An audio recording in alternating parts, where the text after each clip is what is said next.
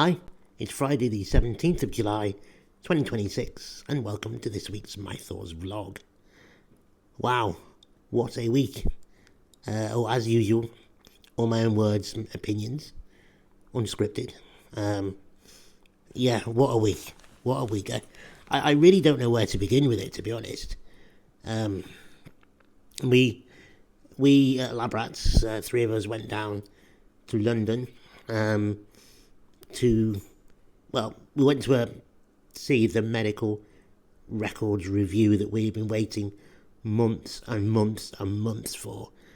We were shut in a room at the Ministry of Defence for 7 hours and given sight of these documents. No phones allowed, no note taking, just relying on your memory.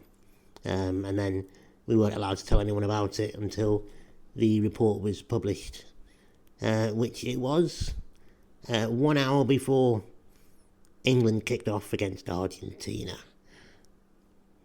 Coincidence, or just quietly released with the football as a distraction for everybody else to look at? Well, so they don't look at the records. Because what it showed is chaos in the management of these records. There's so many missing. There's so many orders, duplicate orders that were not followed. There are orders that were followed, but there's no records. It's chaos. There were orders to burn records. Records were actually destroyed as late as 2025, when the records review was underway. 48 naval records were destroyed. So, we also were very disappointed not to get any recommendations. We know the recommendations exist because we were promised sight of them in April. That didn't happen, and it didn't happen this week either. They've kind of been shoved on to the next administration, if you like. So that's over to you now, Mr. Burnham. So it was disappointing not to see recommendations, but in the long run, is that so bad? Would we get better recommendations from Andy Burnham? I think we would. So, the report is out there for everybody to see, and as I say, I think you'll be shocked if you look at it, and it is available. And then that night we did News Night. That was good. Very, very supportive is News Night. Very supportive. But it was a long day. It was quite tiring. And then the next day, obviously it was the Hillsborough Law Day. So we went for a little stroll in the afternoon, had something to eat, and then we tipped up at the House of Commons. And we were there in time to see Keir's speech, and that was quite a moment to witness.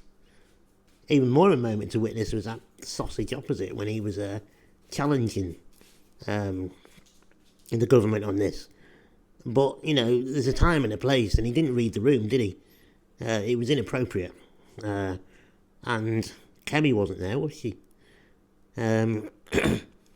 Which is curious, on such a momentous occasion, not to have the leader of the opposition in the House. I don't know why. But, I mean, fair's fair. The Conservatives didn't object or anything, so, it went through, and that's quite right. It's beyond party politics, this, isn't it? It's got massive cross-party support, Hillsborough Law, and so it should. The only thing I would say about Keir's speech is it was good, and, he's done the right thing. He has kept the promise, eventually. But he's not kept the promise to the nuclear test veterans. He wouldn't meet us. We were in London, and that was well known that we were in London for a few days, and not a sausage, not a word. And he didn't even mention us in his speech about cover-ups. He mentioned loads of scandals, but not us. Even though we are firmly on his radar. But that's fine. That's fine. Then Andy Burnham's speech was a real moment of triumph for us, because he did mention us, and he said that the only real appropriate solution is the 1-year Special Justice Tribunal, which is kind of what we've been asking for all along. So for him to say that shortly before becoming PM is a real moment of hope for us, because if anyone can do that, he can now. He said all along for years that ours was, a criminal cover-up on an industrial scale, that it was the biggest scandal of them all. And he's now in a position to fix it. And we thought this was the best, as good as it would get, as in our trip. That was the moment. So we came out of the House of Commons and we did a little bit of media with the Hillsborough Law colleagues. And,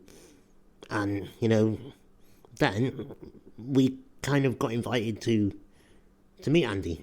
So we went and had a chat with him, and he's on side. He really is. He's going to sort out our nuclear test veteran issue. He is completely on board. So we were delighted to be able to, celebrate Hillsborough Law with him, and, beckoning an era of Burnhamism, because I think it's going to make a difference. And to finally get Hillsborough Law through is a hell of a moment. And I cannot emphasise enough the respect and admiration I have for those campaigners that got this over the line. The stoicism they've shown and the determination through, it has been costly for them in terms of emotional strength, relationships. It puts a strain on your life, it really does. And they've been doing it for decades. And, like I say, to all the team, from the directors of Hillsborough Law now to every campaigner that's ever spoken their truth, just, wow, well done. You got it. You made history. You really did. And in decades to come, people will learn about Hillsborough Law, and they'll look back at this moment and say this was a turning point, because I really believe it is. Because prior to this week, it was fine to lie to courts and inquests. There was no comeback from that. It was acceptable. And that just gives any state the absolute green light to just do whatever it wants, regardless of the impact on those that it has harmed. So we should celebrate having Hillsborough Law, because you might think you will never need it, but then something might happen, and you might just be thankful it's there, because it will help you get to the truth, and it will help get justice quicker. But also, it may prevent these cover-ups from happening in the first place, and that will be a triumph for everybody, a real change in the culture of this country. So yeah, massively important day, and just so proud to be able to be part of that, and to be there with my colleagues from Hillsborough Law now. That was really special, and it's a day I'll never forget. It was just amazing. Yeah. So the second thing I want to talk about, if that wasn't enough, is it's slightly different, so bear with me. Going round London in my wheelchair, again, it's reinforced how blooming inaccessible that place is. I think we're the 5th richest country in the world, and this is our capital city. So you think they could afford a few drop curbs? There were times, because like I say, we went for a wander to look at things like the COVID Memorial Wall and the London Eye and all these sort of things, and there were so many places that I just couldn't get to. And then there were pavements that I would go down, for 200 yards, and then there'd be a curb, and I couldn't get down it. So I literally had to turn around 200 yards back the other way, find a drop curb and go down the road. And yes, okay, it was kind of pedestrianised, but that's not the point. I shouldn't have had to do that. And all it would have took was a drop curb. And in this day and age, that's unforgivable. I mean, if you live in London, that must be a constant pain. If you're a wheelchair user, a real pain. And in a similar fashion, there were many establishments I could not get in. Bars, restaurants, attractions, they all seemed to have stairs. And I looked and could see no way of using a ramp, because there wasn't one. In fact, we went for lunch on this kind of barge pub thing floating on the Thames. It had a ramp to get onto the gangplank. The steepest ramp I have ever been on. Talk about scary. And it was so narrow. So that scared the bejesus out of me. And then, so you go along the gangplank to get to the barge, and guess what? Stairs. And these stairs were too steep for a ramp. Even one of those steep ramps. So that completely put the kibosh on that idea. So, no lunch there. We had to go someplace else. But in this day and age, shouldn't have happened. And also, we had our lawyer with us. And as she pointed out, we could have sued him. So there you go.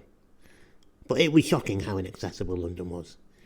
I mean, I suppose it was other people that pointed it out. I'm just kind of used to it.